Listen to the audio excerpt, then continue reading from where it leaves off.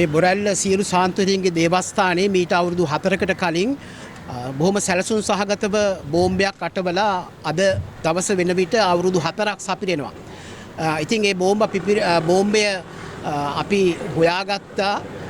ඒක පුපුරන්නට නොදී ඒක පිපුරුණා නම් එහෙම මහා විනාශයක් වෙනවා. එතන පුද්ගලයෝ හිටියනම් එහෙම ඒ පුද්ගලයෝ මරණයටපත් වෙනවා. ඒ වගේම තමයි මේ දේවස්ථානයට විශාල හානියක් සිද්ධ වෙනවා. වාසනාවකට වගේ මේ දේවස්ථානයේම ආවතේව කරන ඒ පුද්ගලයා විසින් එම බෝම්බය සොයාගනු ලැබුවා. ඉතින් අපි කතෝලික සභාවක් විදිහට මේ මොහොතේ ඉල්ලුවා මේ පිළිබඳව පැහැදිලි පරීක්ෂණයක් කරන්නට කියලා. මොකද මේ බෝම්බය හසු වුණාට පස්සේ පළමුවෙන්ම ඒ ස්ථානයට පැමිණුනේ මේ එවකට මේ ප්‍රදේශයේ බාහිරව හිටපු පොලිසියේ නිලධාරි මහත්වරුන් වගේම දේශබන්දු තෙන්නකෝන් මහත්මයා තමයි පළමුවෙන්ම මේ ස්ථානයට පැමිණිලා ඒ ගැන යම් යම් කතිකාවන් සිදු කළේ. ඉතින් එතුමාගේ ඒ ක්‍රියාකලාපය පිළිබඳව බැරෑරුම් සැකයන් අපිට තිබුණා. ඉතින් ඒක නිසා අපි කිව්වා ඒ දේශබන්දු තෙන්නකෝන් මහත්මයා පිළිබඳවත් පරීක්ෂණයක් කරලා ඒ වගේම මේ සිදු වුණු ඒ බෝම්බ ඇටවීම පිළිබඳව යම්කිසි පරීක්ෂණයක් සිදු කරන්නට කියලා. නමුත් ඒ කිසි දෙයක් සිද්ධ වුණේ නැහැ. අවසානයේ සිද්ධ වුණේ බෝම්බය හොයාගත්තු මේ දේවස්ථානයේ ආවතේව කරන ඒ පුද්ගලයාව අරගෙන ගිහිල්ලා හිරකූඩුවේ දමලා මාසයක් විතර නොඑක ආකාරයේ බලපෑම් කරමින් ඔහුව තබා ගත්තා. නමුත් CCTV කැමරා වලින් අපි දැක්කා මේ බෝම්බය අටවන්නේ වෙනම පුද්ගලයෙක්. නමුත් ඒ පුද්ගලයා පිළිබඳව පරීක්ෂණ ඉදිරියට ගෙන ගියේ නැහැ. නමුත් ඒ දවස්වල අපිට පැවසුවා ඒ නඩු කටයුතු වලදී අපිට පැවසුවා එම බෝම්බය අටවපු පුද්ගලයාව අල්ලලා වරාය හිර මැදිරියක තබාගෙන ඉන්නවා කියලා. නමුත් ඒ පුද්ගලයාට මොනවද උනේ කියලාවත් දැනගන්නට අපිට ලැබුණේ නැහැ. ඒ පුද්ගලයා කොහෙන් ආපු කෙනෙක්ද කියලා අපිට දැනගන්නට ලැබුණේ නැහැ.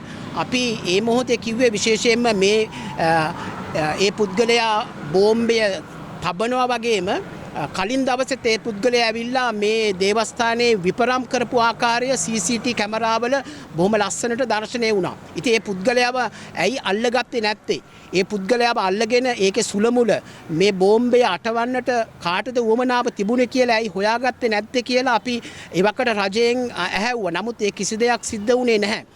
විශේෂයෙන්ම අපි ඉල්ලා සිටියේ පාස්කු බෝම්බ ප්‍රහාරයේ මහමොලකරුවව හොයන්නට කියලා. මේ සිද්ධිය ඇත්තටම සිද්ධ වුණේ පාස්කු බෝම්බ ප්‍රහාරය සිදු වෙලා අවුරුදු දවස් 1000 සම්පූර්ණ වෙන දිනේදී කතෝලික සභාව අපි මේ පිළිබඳව උද්ඝෝෂණයක් සංවිධානය කරලා තිබුණා. එතකොට ඒක කඩාකප්පල් කරන අරමුණෙන් අපගේ කතෝලිකයින්ව ඒ සඳහා නොයන්නට බියවැද්දීමේ අරමුණෙන් තමයි මේ බෝම්බේ අටවලා තිබුණේ. එතකොට මේ බෝම්බේ අටවීම පිළිබඳව සුලමුල හොයාගත්තොත් බොහෝම ලේසියෙන් පුළුවන් මේ පාස්කු ඉරිදුන බෝම්බ ප්‍රහාරයේ සුලමුල හොයාගන්නට, මහමොලකරුවව හොයාගන්නට. ඉතින් ඒක නිසාමයි අපි ඒ අවස්ථාවේ ඉල්ලා සිටියේ මේක කාගේ උමනාවකට සිද්ධ වුණේ කියන දේ පරීක්ෂණ කරලා හොයන්නට කියලා. ඉතින් ඒක නිසා අදටත් නැවතත් අපි මේ පත්තුණු රජයට, ජනාධිපතිතුමන්ට, ඒ වගේම පොලිස්පතිතුමන්ට කාරුණිකව අවධාරණය කරනවා මේ පිළිබඳව අවුරුදු 4ක් තිස්සේ මේ වැළලීලා තිබුණු අතීතයේ හාරවුස්සලා ඒ ෆයිල් උඩට අරගෙන මේ පිළිබඳව පරීක්ෂණ කරන්නට කියලා. විශේෂයෙන්ම බෝම්බ පිපිරීම අපේ දේවස්ථානවල සාමාන්‍ය දෙයක් සිද්ධ වුණොත් එහෙම මේ රටේ කිසිම කෙනෙකුට සත්‍යවාදීව ජීවත් වෙන්නට හැකියාව ලැබෙන්නේ නැහැ. දේශපාලනඥයින්ට රජයන්ට ඕන විදියට වැඩ කටයුතු කරගෙන යාමේ එම සංස්කෘතිය නවත්තන්නට ඕන නිසා තමයි අපි මේ රජයට බල කෙරුවේ. මේ පොලිස්පතිතුමාට අද දවසෙත් අපි කියන්නේ මේ පිළිබඳව පරීක්ෂණ කරන්නට කියලා. විශේෂයෙන්ම අපේ රටේ ඉන්න නීතිපතිතුමා තමයි මේ පිළිබඳව පරීක්ෂණ පවත්වන්නට ඕනි, නඩු කටයුතු පවත්වාගෙන යන්නට ඕනි. ඉතින් නීතිපතිතුමන්ට අපි අවධාරණයෙන් යුතුව කියා සිටිනවා මේ වැළලුණු සිද්ධිය පිළිබඳව නැවත මේ සිද්ධිය උඩට අරගෙන මේක පරීක්ෂණ කරන්නට කියලා. මොකද මේ පරීක්ෂණය තුලින් අපිට හොයාගෙන යන්නට පුළුවන් පාස්කු ඉරිදුන බෝම්බ ප්‍රහාරයේ මහමොලකරුවන්ව. ඒක නිසායි අපි මෙහෙම කියන්නේ. ඉතින් ඒක නිසා අපි නැවතත් කියනවා අවුරුදු 4ක් සපිරෙන අද දවසෙත් අපි මේ ආකාරයෙන් මේ නිහඬව මේ ජනතාව උද්ඝෝෂණය කරනවා.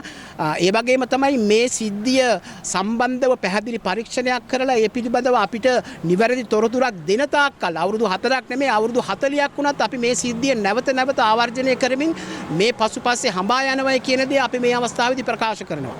දැන් හිටපු පොලිස්පති දේශබන්දුත් නෙමෙයි ඉන්නේ, අලුත් ආණ්ඩුවක් ඉන්නේ. දැන් ආණ්ඩුවේ ප්‍රතිචාර කොහොමද මේ සම්බන්ධයෙන්?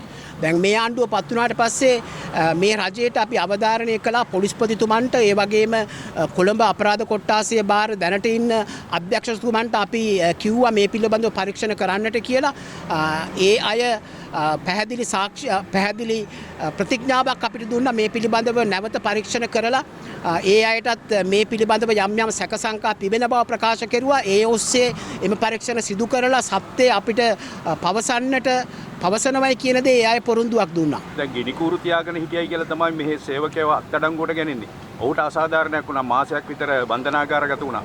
ඒ සම්බන්ධයෙන් ඔහු වෙනුවෙන් මොන හරි වැඩපිළිවෙලක් තියෙනවද? ඔහුගේ මිනිස් අයිතිවාසිකම් උල්ලංඝනය කිරීම පිළිබඳව ඇත්තටම අපි නඩු කටයුතු පවත්වාගෙන යන්නට ඕන. නමුත් පහුගිය ආණ්ඩු පිළිබඳව අපි ඒ තරම් විශ්වාසයක් තිබුණේ නැහැ. ඒ පරීක්ෂණ වෙනුවෙන් ඒ තරම් උනන්දුවෙන් ඒ අය කටයුතු කරපු නැති නිසා අපි එම නඩු කටයුතු පවත්වාගෙන ගියේ නැහැ. ඉතින් ඒක නිසා මේ ආණ්ඩුවේදී දැන් අපි සූදානම් වෙනවා මේ අවස්ථාවේදී ඒ පුද්ගලයාගේ මූලික අයිතිවාසිකම් කඩ කිරීම පිළිබඳව නඩු කටයුතු පවත්වාගෙන ගිහිල්ලා ඒ පුද්ගලයාට සාධාරණයක් ඉෂ්ට කරලා දෙන්නට. දැන් බොහොම දුරට ඔප්පු වුණානේ මේ CCTV වල ඉන්න පුද්ගලයා වෙනස්, මෙහි සේවකයා වෙනස් කියන එක. ඇයි මෙහෙම තියෙද්දි මේ වගේ ක්‍රියාවක් කරලා තියෙන්නේ? ඒක තමයි අපිට පිළිගන්නේ. දැන් ඒ අවස්ථාවේදී අපිට ප්‍රකාශ කෙරුවා CCTV කැමරාවල හවස ඉඳලා ඒවා නැවත බලන්නට කියලා. නමුත් හවස ඉඳලා බලනකොට ඒ පුද්ගලයා අපි දැක්කේ නැහැ. නමුත් කාදිල නිවිපානන් තමයි අපිට කිව්වේ පෙර දවසේ ඉඳලම CCTV කැමරා පරීක්ෂා කරන්න කියලා. එතකොට තමයි අපි දැක්කේ උදෑසන ඇවිල්ලා තමයි මේ පුද්ගලයා මේ බෝම්බය අටවන්නේ. එතකොට ඒ බෝම්බ අටවද්දී මේ අර දේවස්ථානයේ ආවතේව කටයුතු කරන පුද්ගලයා නිසා තමයි මේ බෝම්බය පිපිරීම වැළැක්ුණේ. නමුත් අවාසනාවකට වගේ ඒ පුද්ගලයාවම ගිහිල්ලා බොහොම පැහැදිලි ඒ පුද්ගලයා නෙමෙයි බෝම්බය ඇටෙව්වේ කියලා. නමුත් මේ පරීක්ෂණ කටයුතු නොමග යවන්නට ඕන නිසා ඒ බෝම්බ අටවපු පුද්ගලයාව රහසිගතව ආරක්ෂා කරන්නට ඕන නිසාම එවකට සිටි අය කටයුතු කළේ ඒ ආකාරයෙන් ඒ අහිංසක මිනිස්සයව ගෙනීලා හිරකූඩුවේ දාලා අර ඒක කරපු කෙනාව අදටත් මං හිතන්නේ නිදැල්ලේ ඉන්නවා. ඒ පුද්ගලයාගේ සම්බන්ධව නඩු කටයුතු පවත්වාගෙන ගියේ නැහැ. දැන් මේ පරණ කටයුතුම පරීක්ෂණමනේ තාම යන්නේ. ඉතින් අලුතෙන් මේ පරීක්ෂණ කරන්න කියලා අලුත් ඉල්ලීමක් සහ අලුත් මේ නීතිමය ක්‍රියාමාර්ගයක් ගන්න බැයිද?